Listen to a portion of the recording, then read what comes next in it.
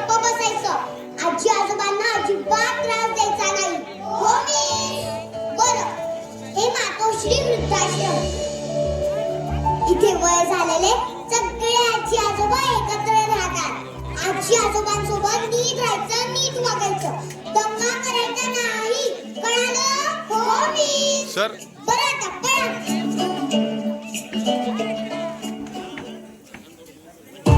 अहो चला लवकर, किती उशीर करताय तुम्ही? आलो. चला पटापटा चला. आलो ग आलो. अरे कोण आलंय आज भेटायला? अगं भेट आजी आजोबांना. अगं बाई किती गोड. थांबा, तुझ्यासाठी गमलो. अरे कोण आलंय आज भेटायला? अगं भेट आजी आजोबांना. अगं बाई किती गोड. थांबा, तुझ्यासाठी गंमत आणली आहे बघ. तुझ्यासाठी नाही आहे फक्त.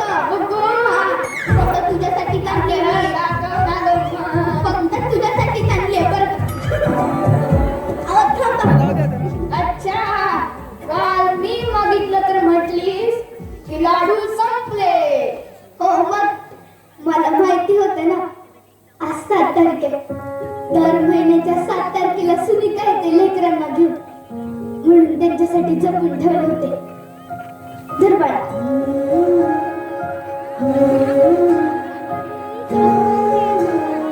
हो आजी, माझी आजी पण सेम असेच लाडू बनवायची. मी खूप लहान होते ना. आजी आठवत नाहीये, पण तिच्या हातची चव आठवते. प्रेमाची चव साऱ्या जगात एकसारखीच असते पोरी. मॉम म्हणते माझ्या आजी आजोबा देवाघरी गेलेत. काय असतं ते सांगतो तुला. बस. अगं ते देवाच्या घरून तुझ्यावर लक्ष ठेवत असतील. हा, तुम्ही या घरी का आहात? तुम्हाला नाही येत नातवांची आठवण? येते ना, खूप येते. असो, हा असो. सुनीता, दर महिन्याला 7 तारीख येतेच आणि तू असे गोड गोड पाहुणे आम्हाला भेटायला घेऊन येतेस, म्हणून जगतोय बघ आम्ही. नाहीतर केव्हा. हो, गप्प बसा तुम्ही. आधी मीच जाणार आहे. अजिबात नाही. आपलं काय ठरलंय? आधी मी जाणार. आपलं असं काहीच ठरलं नव्हतं. आधी मीच जाणार.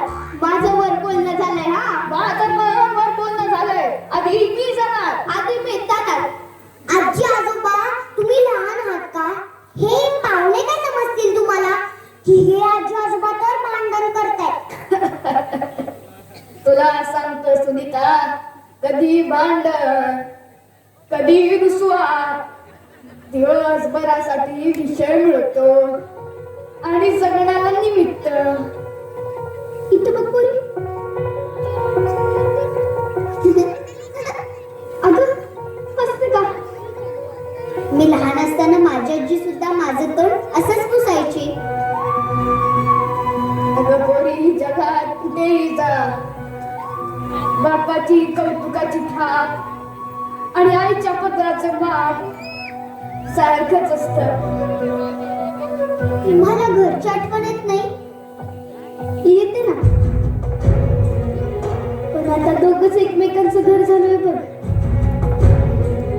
खरंय, तुटलेल्या लाकडावर पाखरू येऊन बसावं, कसं होतं बघ तुम्ही आल्यावर. माई काका, तुम्हीच म्हणतात ना, जुनं आठवायचं नाही आणि मागचं साठवायचं नाही. अगं, तुला कसं माहितीये वाक्य? माझा डॅडा बोलतो. कुठे जातेस तू पोरी? वरद गणपती आहे ना, त्याच्या समोर घर आहे आमचं. नाव काय तुझं पूर्ण? असावरी संदीप पाडळकर.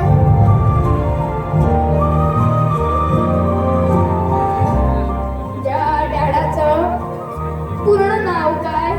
संदीप श्रीकृष्ण पाडळकर.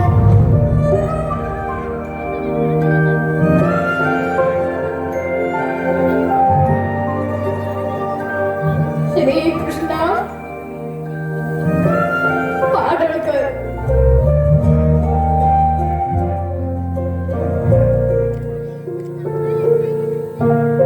म्हणजे बाबा मला कळलेच नाही तुझ्या मनात आजोबा वेदना कशी मीरा आजी बोले सुखी जाऊ मला काही समजेना सारी घालते लाडकी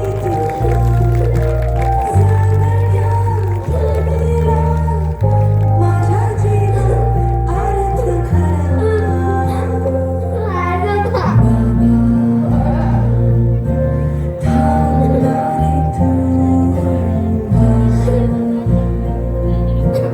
जाऊ नको तुम्ही मला सोडून इथे का आला? मी रोज रात्री तुमची आठवण काढायचे. संध्याकाळी सोसायटीच्या मंदिरात सगळ्यांचे आजी आजोबा यायचे. फक्त तुम्हीच नव्हते. आम्ही घर नाही सोडलं ग परी. सरस्वती ते काय नाही. तुम्ही आता चला माझ्यासोबत. आपण आपल्या घरी जाऊ. नाही बा, तू जा आणि आम्हाला इथे भेटायला यायचा. तुम्ही येताय की नाही? नाहीतर मीच इथे थांबते. बाळा, मम्मी डॅडी तुझी वाट बघत असतील. तुझ्याशिवाय नाही राहू शकत. ते तुमच्याशिवाय राहू शकतात ना? मग मी पण त्यांच्याशिवाय राहू शकते. बापरे. मी इथेच राहणार. नाहीतर तुम्ही माझ्यासोबत घरी येणार. थांबा. प्लीज प्लीज तुमचा फोन मिळेल?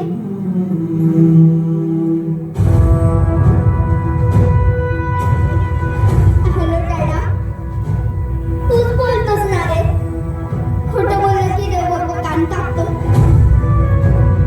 तू तर खूप मोठं खोटं बोललास माझ्याशी. पण मी देवबापाला सांगेन की माझ्या मम्मी डॅडाचे कान नको कापू. आई वडील वृद्धाश्रमात आणि मुलं पाळण्या घरात ठेवणं तुमची मजबुरी आहे.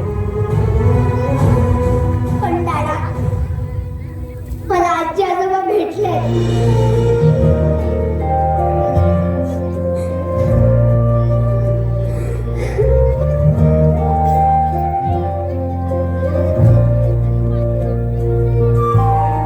आणि तुम्हाला कधी मला भेटावंसं वाटलं ना, तर तुमच्या आई वडिलांच्या आधी परमिशन घ्या आणि मगच मला भेटा. बाय.